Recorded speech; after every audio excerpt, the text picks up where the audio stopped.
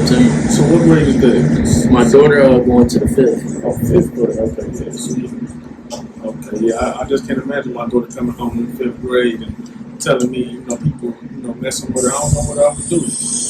Yeah, and that's the same thing. Hey, Jay, you can't have that going while I got the camera going because I ain't trying to get sued, lawsuits. And then next thing you know, we got to get a house up. We got to get your iPhone up. Just everything just gone. We got to sleep outside with Chase. That means you can't play that while I'm shooting my podcast. You got to go in the basement. But yeah, so yeah, that shit crazy. What you think going on with these cops killing unarmed black men, women, and kids? Because a lot of times they leave out the little girl Ayana that was killed on the couch at her people's house. I understand you from Detroit. Yeah, they leave her out. I don't see her on no shirts or nothing. All she was doing was sleep. Cop ran in the house. His hand was on the trigger, and he shot and killed her. And her grandma was wrestling with the cop officer.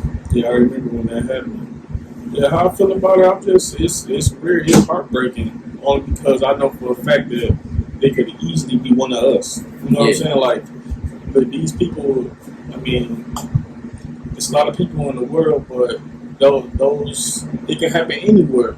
Like, and I never knew the real meaning of that saying until it just keep on happening. Like, oh, it could have been you. It could have been you. No, it couldn't have. Now that I'm older, I understand. Yes, it could have been me. You know what I'm saying? I've been in them situations too, but a lot of the situations, most of my situations was with black cops.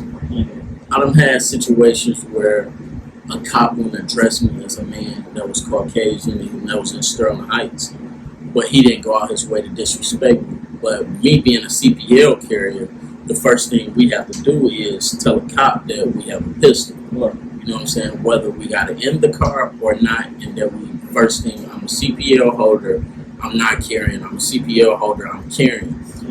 2 times, black cop has taken my pistol, which they had a right to.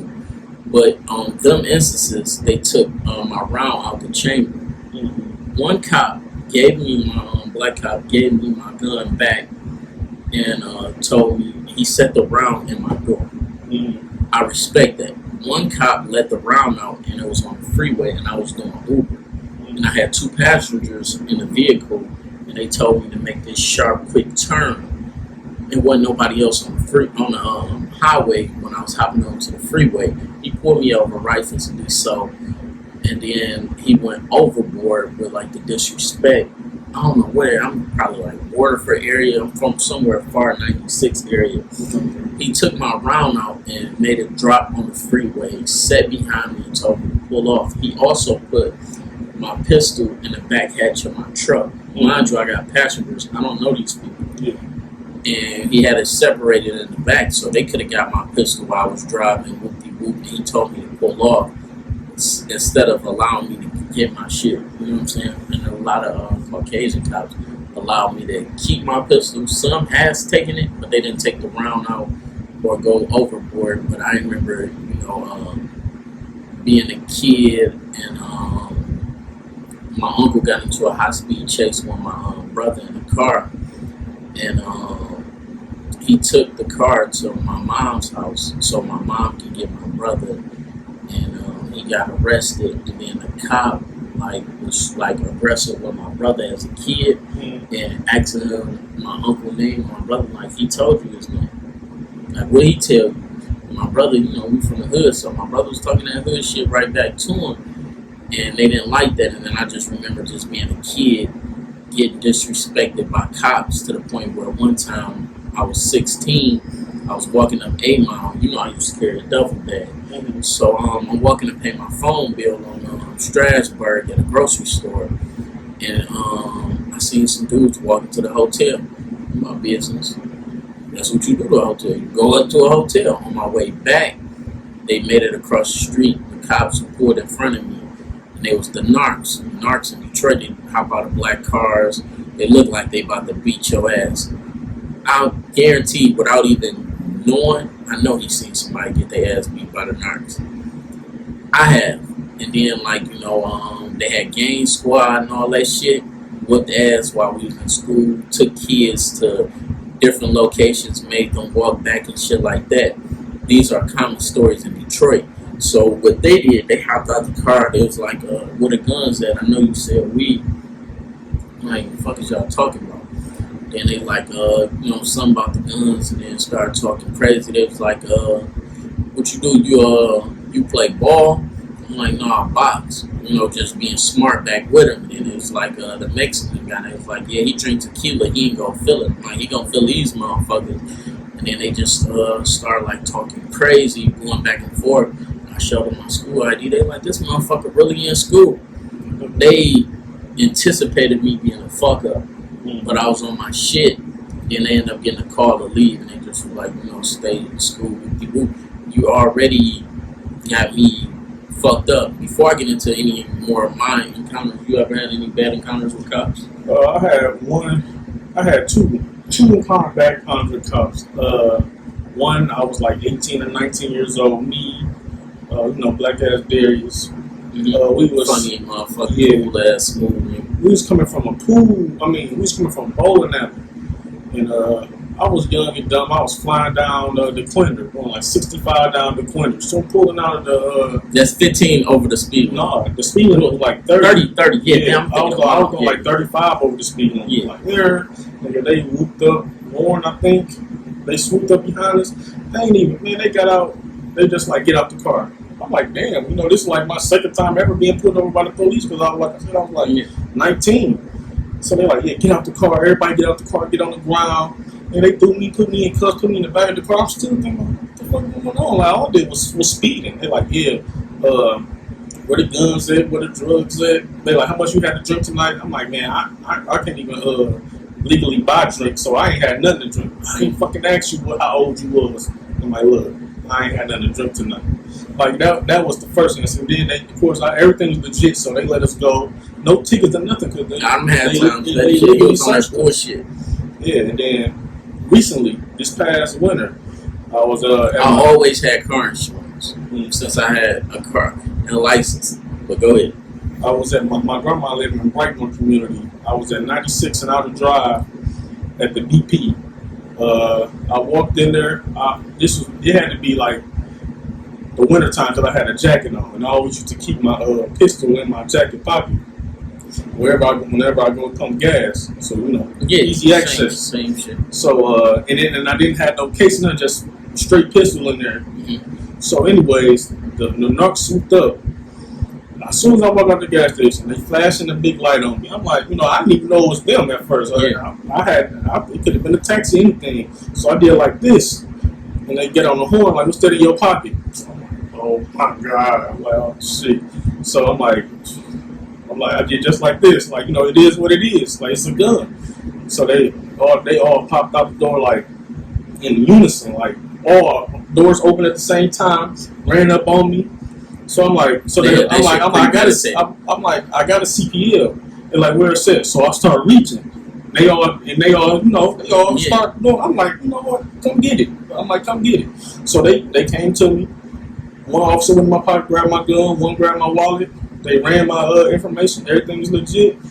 Like you said, they took my whole pistol apart and put it in my back seat, and they just let me go. That's it. Like, my shit, I had another one. I was in front of my grandma's house, and when you're in the neighborhood, everybody gonna tell you they got a pistol on you. You just gotta assume. So I assumed that this one guy, he a good guy, but he had a pistol for personal protection. It was a legal firearm. He ain't no thug. He ain't no gangster. You know what I'm saying? He a good guy. He just from the neighborhood. He want to feel secure. Just before we turned 21 and all this. So. The police just swoop up on us, almost hit a couple of us. A couple of us had to hop up on the curb and all this shit. They didn't even have sirens on. That was crazy. So next thing you know, we like, what's up? They was like, stop running and all this shit, because that's what you want to do. You don't know they the cops. They got no sirens. They in a black car. They hop out and then you find out they the cops and all this shit. So dog tell me. Get on your knees. I got a bad knee, bro. I sit on the curb, but I'm not about to get on my knees. Like, no, my knee fucked up. So I explained that to him. He just talking crazy. He like, you know who the fuck I am? Like out the gate, saying it out his chest, like, you know who the fuck I am? Like, no, who the fuck are you, cuz? Like, I locked Kwame cousin up. Like, who the fuck is, like, that pissed me off right there. I'm like, who the fuck is he? So me and him already arguing. He like, yo, you gonna be the type of motherfucker that when you meet the police, you gonna be calling the police wondering where we at. I'm like, dog, when my neighbor had to get somebody off her ass and a straight bullet came through my window and cracked the TV, y'all wouldn't know where to be found. Y'all was in between shifts. Nigga, it took like an hour, 2 hours for y'all to even fucking come. You feel me? Thank God when nobody hit. The TV was recovered. The window, you know what I'm saying? By the grace of God, but the shit threw me off. You know what I'm saying? My mom in her room, she don't know what the fuck happened. It hit the globe of the TV and then that bitch exploded. You feel me? So they outside just woofing, talking crazy. My grandma come outside. And it was like, by the grace of God, there was so many people out there. My grandma came outside. They would have beat my ass. I remember going to Fuddruckers on Jefferson, you know, when they used to be popping like our senior year and all that shit, 2008 and before.